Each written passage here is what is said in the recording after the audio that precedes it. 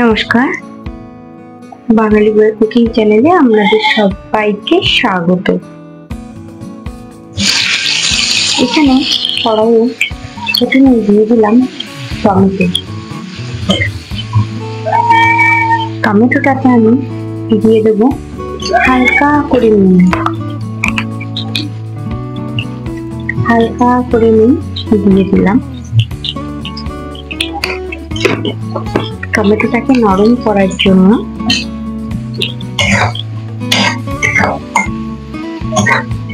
কিছুটা নাড়াচাড়া করে আমি আঁচটা কমিয়ে দেবো।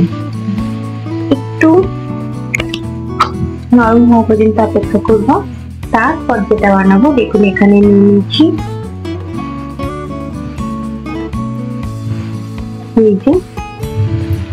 চিকেন চিংড়ি মাছ নিয়েছি,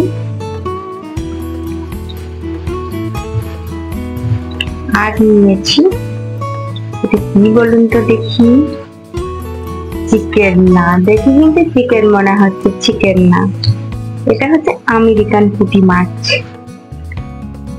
এই দেখুন, যেহেতু আমেরিকান পুঁটির ভেতরে কিছুটা চর্বি কিংবা কিছুটা ডিম থাকে, কোনো মাছের চর্বি কোনো মাছের ডিম, এই মাছে আছে চর্বি, সেই জন্য আমি কিছুটা চর্বিও নিয়ে নিয়েছি।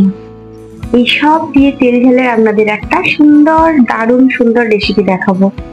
দেখুন, এরকম ভাবে এর আগে কখনো এরকম মাছ বানিয়ে খাননি, এরকম ভাবে বাড়িতে বানিয়ে দেখবেন, ভীষণ সুন্দর স্বাদ হয়, ভীষণ টেস্ট হয়।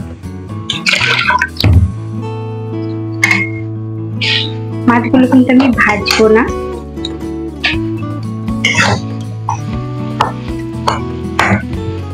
টমেটোটা নরম হয়ে যাওয়ার পর এখানে আমি দিয়ে দেবো।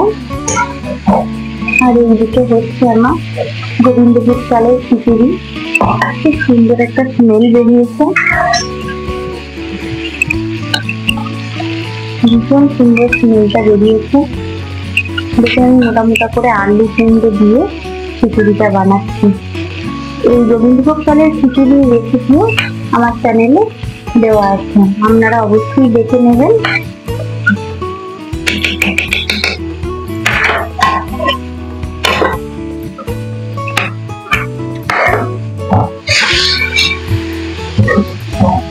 টমেটোটা একটু নরম হয়ে গলে যাওয়া পর্যন্ত ওয়েট করার পর আমি এখানে দিয়ে দেবো পরিমাণ মতো জল।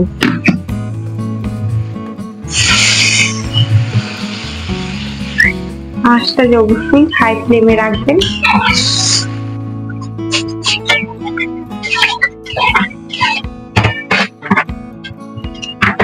দিয়ে দিলাম পরিমাণ মতো জল।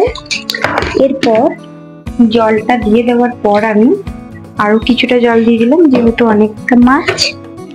এরপর এক এক করে দিয়ে দেব হলুদের গুঁড়ো। এতে হলুদটা একটু বেশি পরিমাণে লাগবে, হলুদটাই টেস্টটা আনবে মাছটার। আর তার সাথে দিয়ে দেবো, যেহেতু আমার কাছে কাঁচা লঙ্কাটা এই মুহূর্তে নেই, তাহলে কাঁচা লঙ্কা আপনারা অবশ্যই দেবেন।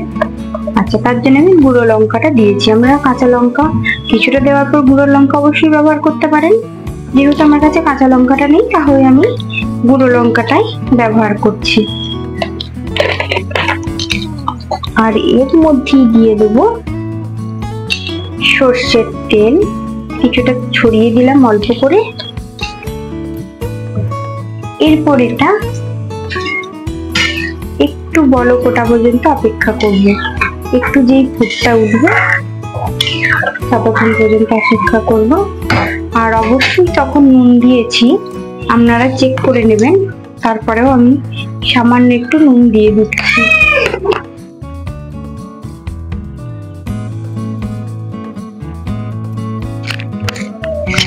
ঝোলের বলক ফুটে গেছে, দেখুন ঝোলটা। এই সময় মাছগুলো এক এক করে দিয়ে দেবো। মাছগুলো কিন্তু আমি নুন হলুদ মাখিয়ে রাখি না, এখন যেহেতু কাঁচা মাছে ফুটবে।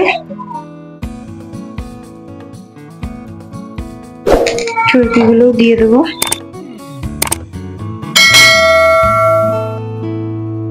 আমার হাজবেন্ড ভীষণ পছন্দ করে এই মাছের তেল চর্বি। তাই টাটকা ফ্রেশ মাছ আনলে একটু তেল ঝোল করার চেষ্টা করি, যাতে সকলে মিলে খাই। একবারে এক কড়াই হয়ে গেল, 2 রকমের মাছ, মাছের তেল সব রকম মিলে। বাচ্চাটা ঘুম থেকে উঠে পড়েছে, তাই কাঁদছে। মাছটা ছেড়ে দিয়েছি, ঢাকা দিয়ে দেবো।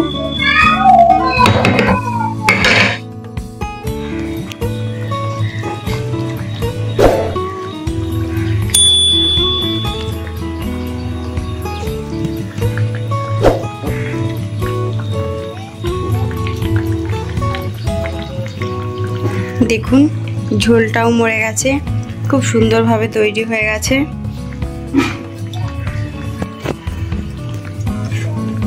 আমি হালকা হাতে খুন্তি করে নেড়ে দেখিয়ে দিলাম।